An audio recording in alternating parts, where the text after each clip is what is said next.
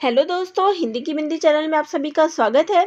तो दोस्तों, आज के इस वीडियो में माखनलाल चतुर्वेदी जी की कविता पुष्प की अभिलाषा लेके आई हूँ। ये आपके एमपी असिस्टेंट प्रोफेसर के सिलेबस में दिया गया है। तो यहाँ इस कविता की परिभाषा हम देखते हैं। और जैसे कि मैंने बाकी के जो इनकी कविताएं पढ़ी उसमें मैंने बताया था कि मैथिली शरण गुप्त की जो कविताएं हैं वो देशभक्ति भावना से युक्त है। चाहे आपने कोई भी कविता इनकी पढ़ी हो, क्योंकि उस समय जो देश में शासन व्यवस्था थी वो ब्रिटिश शासन की थी। सभी देशवासी इस गुलामी की जंजीरों में जकड़े हुए थे। तो जितनी भी कविताएं लिखी गई है उसी भावना से, देशभक्ति के भावना, राष्ट्रहित की भावना, क्रांतिकारियों को जगाने की भावना जो है, इन सभी का वर्णन उन कविताओं में देखने को मिलता है। तो आज हम पुष्प की अभिलाषा जो है वो पढ़ने जा रहे हैं। तो चलिए, काफ़ी प्रचलित इनके द्वारा ये कविता है।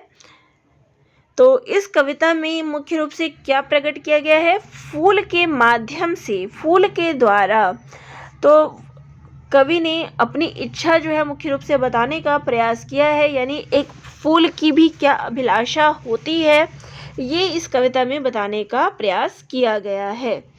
चाह नहीं मैं सुरबाला के गहनों में गूथा जाऊं, चाह नहीं प्रेमी माला में बिंद प्यारी को ललचाऊं।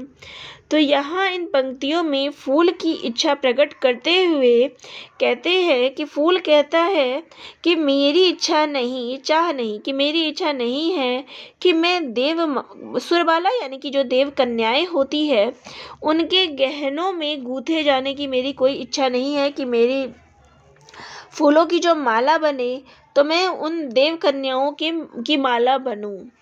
चाह नहीं प्रेमी माला में बिंद प्यारी को ललचाऊं, और ना ही मेरी ये इच्छा है कि मैं जो है प्रेमी की माला बनूं, जो मेरी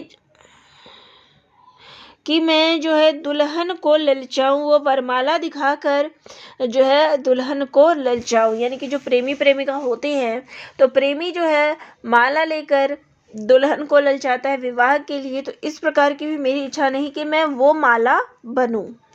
तो कौन सी माला बनने की इच्छा है पुष्प की, ये भी देखते हैं। चाह नहीं समाटों के सव पर हे हरि डाला जाऊं, चाह नहीं देवों के सिर पर चढ़ूं भाग्य पर इठलाऊं।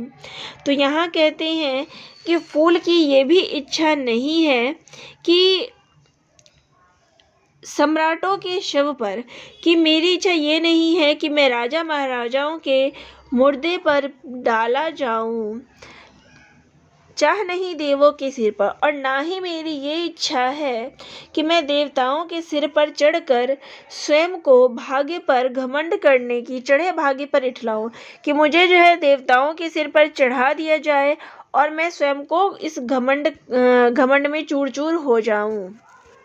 तो मैं ये भी नहीं चाहता। तो क्या चाहता है वो अंतिम पंक्ति में यहाँ दी गई है कि मुझे तोड़ लेना वनमाली, उस पथ पर देना तुम फेंक, मातृभूमि पर शीश चढ़ाने जिस पथ पर जावे वीर अनेक। तो फूल ने यहाँ पर अंतिम पंक्ति में अपनी इच्छा जाहिर की है कि फूल कहता है कि और यहाँ पर फूल ने क्या इच्छा जाहिर की है? अपनी देशभक्ति की जो है भावना प्रकट की है, इच्छा प्रकट की है कि हे वनमाली, तुम मुझे तोड़ लेना और मुझको तोड़कर तुम उस रास्ते पर फेंक देना जिस मार्ग से अनेक वीर सैनिक अपनी मातृभूमि की रक्षा के लिए, अपने आप का बलिदान करने के लिए गुजरते हैं।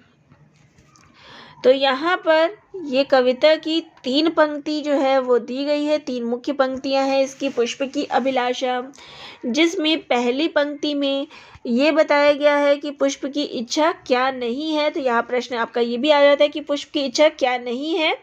तो ये नहीं है कि वह देव कन्याओं के माला में गूंथा जाए, ना प्रेमी की वरमाला बने, ना वो सम्राटे राजा महाराजाओं के शव पर चढ़े, ना वो देव यानी कि ईश्वर के सिर पे उसको चढ़ाया जाए।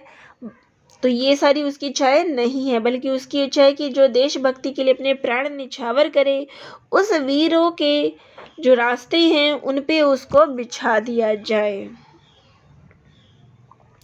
तो ये अब तक की सबसे प्रसिद्ध रचना कवि के द्वारा रची गई है और इसका भी एक कारण था इस रचना के पीछे कि जो देश का माहौल था उस समय, वो भारत की आज़ादी के लिए जो स्वतंत्रता सेनानी उस समय लड़ाई कर रहे थे, उन भारतीयों को, उन देशवासियों को जो जगाने का प्रयास, उनको प्रोत्साहन देने का प्रयास जो है इस कविता के द्वारा किया गया है।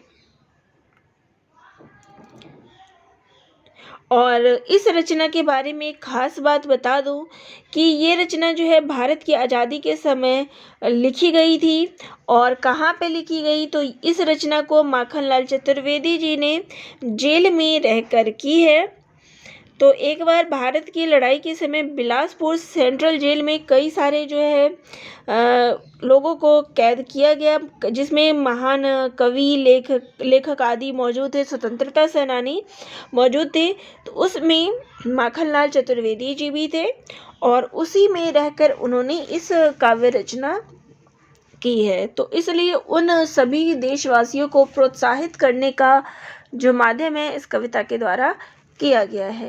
तो चलिए, इनकी ये कविताएं भी आज समाप्त होती है। मैंने आप सभी को सुभद्रा कुमारी चौहान और माखनलाल चतुर्वेदी जी की दोनों की कविताएं जो है पूरी करा दी है। और आप सभी जो है इस चैनल के माध्यम से यहाँ जुड़े रहिएगा। एमपी असिस्टेंट प्रोफेसर के जितना भी सिलेबस है हम सभी कंप्लीट करते जाएंगे। और वीडियो संबंधित या सिलेबस संबंधित कोई जानकारी चाहिए तो वह भी कमेंट ज़रूर करिएगा। धन्यवाद।